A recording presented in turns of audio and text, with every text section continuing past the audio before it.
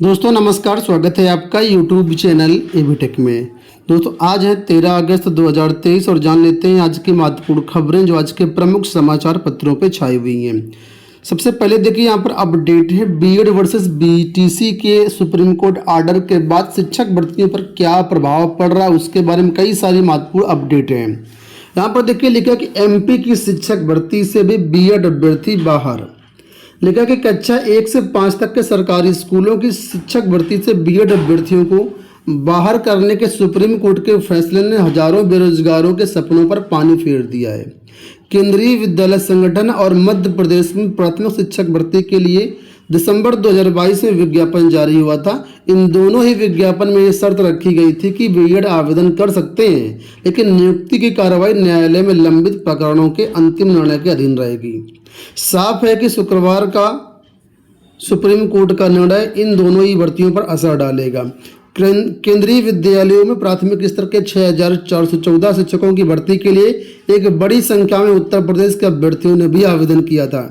इसकी ऑनलाइन परीक्षा 7 फरवरी से 6 मार्च के बीच करवाई गई। अभ्यर्थियों की माने तो बीएड बनाम डीएलएड का मामला सुप्रीम कोर्ट में लंबित होने के कारण ही केंद्रीय विद्यालय की भर्ती परीक्षा का परिणाम घोषित नहीं किया जा रहा था। इसी प्रकार मध्य प्रदेश में प्राथमिक शिक्षकों के 18,527 पदों पर शिक्षक भर्ती के लिए 6 जनवरी तक आवेदन लिए गए, तो उसमें भी नियुक्ति की कार्यवाही न्यायालय के अंतिम निर्णय के अधीन है। तो देखिए ये दोनों भर्तियां ऐसी थी जहां पर साफ तौर पर लिखा था कि जो बीएड वाले अभ्यर्थी हैं सुप्रीम कोर्ट के निर्णय के अधीन रहेंगे, केवीएस भर्ती और एमपी की भर्ती। लेकिन बिहार की भर्ती में स्पष्ट रूप से तो नहीं लिखा था, लेकिन ये वहां पर लिखा था कि जो भी रूल्स होंगे एनसीटी के तहत होंगे।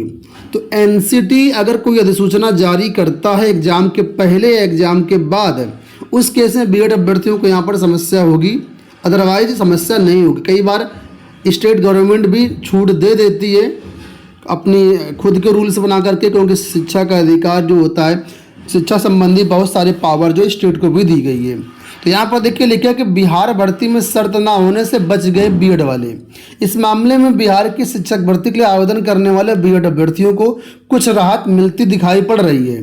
लोक सेवा आयोग ने कक्षा 1 से 5 तक के स्कूलों में 79,943 पदों पर जून में जारी विज्ञापन में कोर्ट की शर्त नहीं रखी थी। बिहार की भर्ती में पूरे उत्तर प्रदेश के हजारों अभ्यर्थियों ने आवेदन किया है।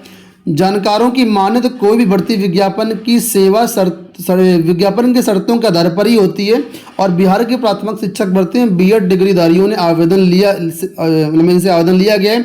इसलिए उन पर सुप्रीम कोर्ट का शुक्रवार का आदेश प्रभाव पड़ने की आशंका कम है। देखिए आशंका कम जताई जा रही है, लेकिन यहाँ पर ये नहीं कहा गया है कि प्रभाव नहीं पड़ेगा। अगर हम बात करें कल के समाचार पत्रों की, तो वहाँ पर जो बिहार के शिक्षा अधिकारी हैं उनका साफ तौर पर कहना है कि अगर इस संबंध में एनसीटी कुछ निर्णय लेता है तो उसी के अनुसार हम आगे निर्णय लेंगे। तो डिपेंड करेगा एनसीटी अब आगे क्या स्टेप लेता है, उसके बाद यहाँ पर सारी चीज़ें क्लियर होंगी। फिलहाल आप लोगों से ये कहना चाहेंगे कि अगर एग्जाम से पहले एनसीटी की तरफ से कोई नोटिस नहीं आती है, ठीक है, और इसके संबंध बीपीएससी कोई नोटिस नहीं जारी करता, तो आप लोग एग्जाम में पार्टिसिपेट करिएगा। साथ ही साथ देखो यहाँ बताया गया है कि सीटीटी में सफल अभ्यर्थियों का प्रमाण पत्र भी रद्दी। ये देखो सीटीटी जो पिछला सीटीटी हुआ था उसमें अगर मार्कशीट आपने देखा होगा डिजी लॉकर में जो आई थी, उसमें साफ तौर पर लाइन मेंशन थी कि बीएड अभ्यर्थियों की पात्रता जो पीआरटी में है वो सुप्रीम कोर्ट के ऑर्डर के अधीन रहेगी।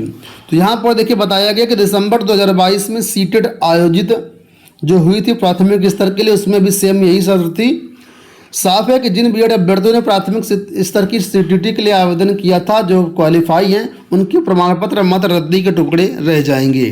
हालांकि अभी तक ऑफिशियल नोटिस नहीं जारी की है, लेकिन ये मान लीजिए कि जहां पर स्पष्ट रूप से लिखा है वहां पर तो बाहर है ही है बीएड।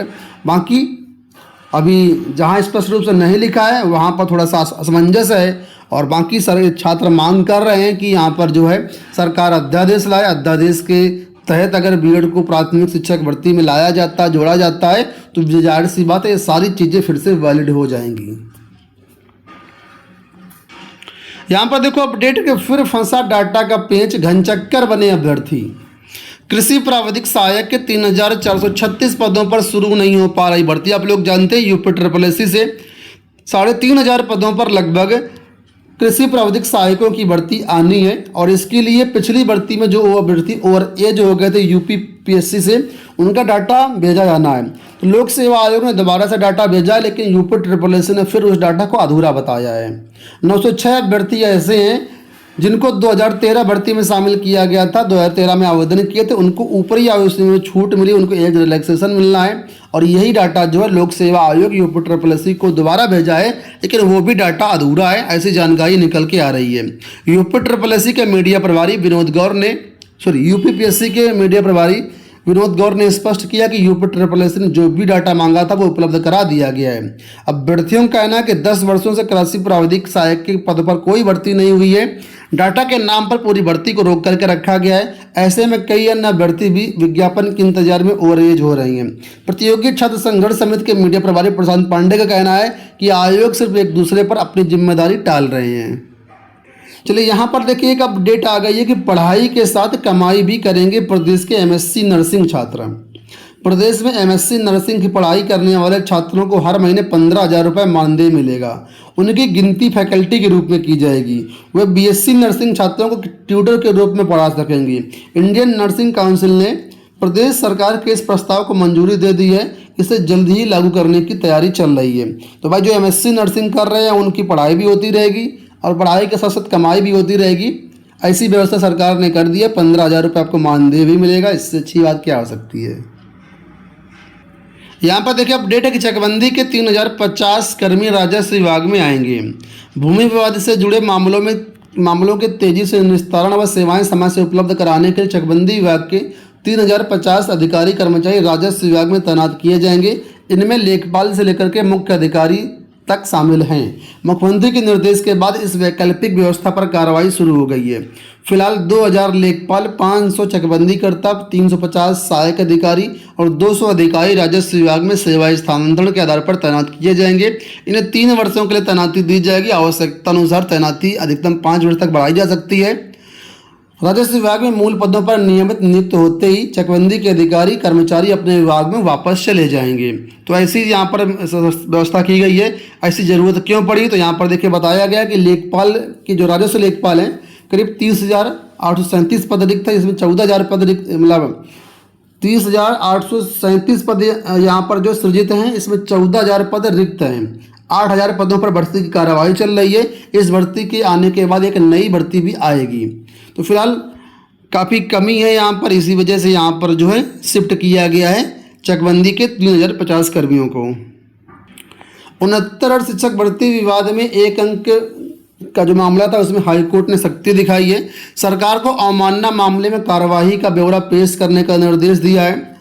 कहा कि अनुपालन का हलफनामा दाखिल न होने पर दोनों अधिकारी होंगे पेश। तो 69 शिक्षक भर्ती आप लोग मामला जानते हैं, एक अंक का आंसर की विवाद, इस पर हाईकोर्ट ने फिर से सख्ती दिखाई है। इससे पहले लखनऊ पीठ ने बेसिक शिक्षा के प्रमुख सचिव दीपक कुमार व अन्य पक्षकारों से रिट कोर्ट के 20 दिसंबर 2021 के फैसले के तहत प्रस्तावित कार्रवाई का ब्यौरा मांगा था, मगर सरकार ने पेश नहीं किया। इसके लिए सरकारी वकील ने समय देने का आग्रह किया, जिसे कोर्ट ने मंजूर कर लिया था। तो कुल मिलाकर के अब इसमें हाईकोर्ट सख्ती दिखा रहा है। यहाँ पर देखो अपडेट है कि प्राथमिक से बाहर होने पर टीजीटी पीजीटी मांगे ज़्यादा पद। प्राथमिक शिक्षक भर्ती से बाहर किए जाने के बाद बीएड प्रशिक्षितों ने टीजीटी और पीजीटी में अधिक पदों पर भर्ती की मांग की है। उनका कहना है कि उत्तर प्रदेश माध्यमिक शिक्षा सेवा चयन बोर्ड ने वर्ष भर पहले 4,163 पदों पर जो विज्ञापन जारी किया था वो बहुत कम है। अब तक देखा जाए तो बहुत सारे पद खाली हैं। 20,000 तो केवल टीजीटी के पद वर्तमान में खाली चल रहे हैं। तो ऐसे में छात्रों की मांग है कि रिक्त पदों का अध्याचन मंगा करके अधिक पदों पर विज्ञापन जारी किया जाना चाहिए, ताकि अधिक से अधिक युवाओं को चयन का अवसर मिल सके।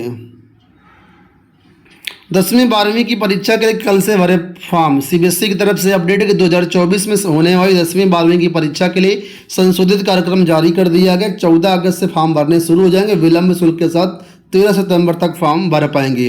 वहीं यूपी बोर्ड के जो भी अभ्यर्थी अभी तक एडमिशन नहीं ले पाए उनके लिए भी एडमिशन की डेट बढ़ा दी गई है। आप लोग विलंब शुल्क के साथ एडमिशन ले सकते हैं।